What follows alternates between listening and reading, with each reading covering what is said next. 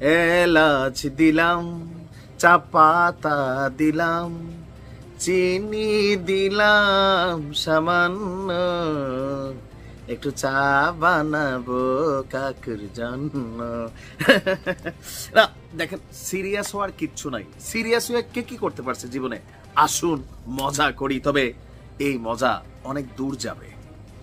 যুক্তরাজ্যে আওয়ামী লীগ সরকার পতনের আগে এবং পরে বা অতীতেও বাংলাদেশের সরকারগুলোতে যখনই ক্ষমতার পরিবর্তন ঘটেছে, আমরা দেখেছি বাংলাদেশ থেকে কিভাবে ক্ষমতায় থাকাকালীন টাকা পয়সা লুইটা পাইটা পৃথিবীর উন্নত রাষ্ট্রগুলোতে নিয়ে যায় এই দেশের কথিত মালিকরা।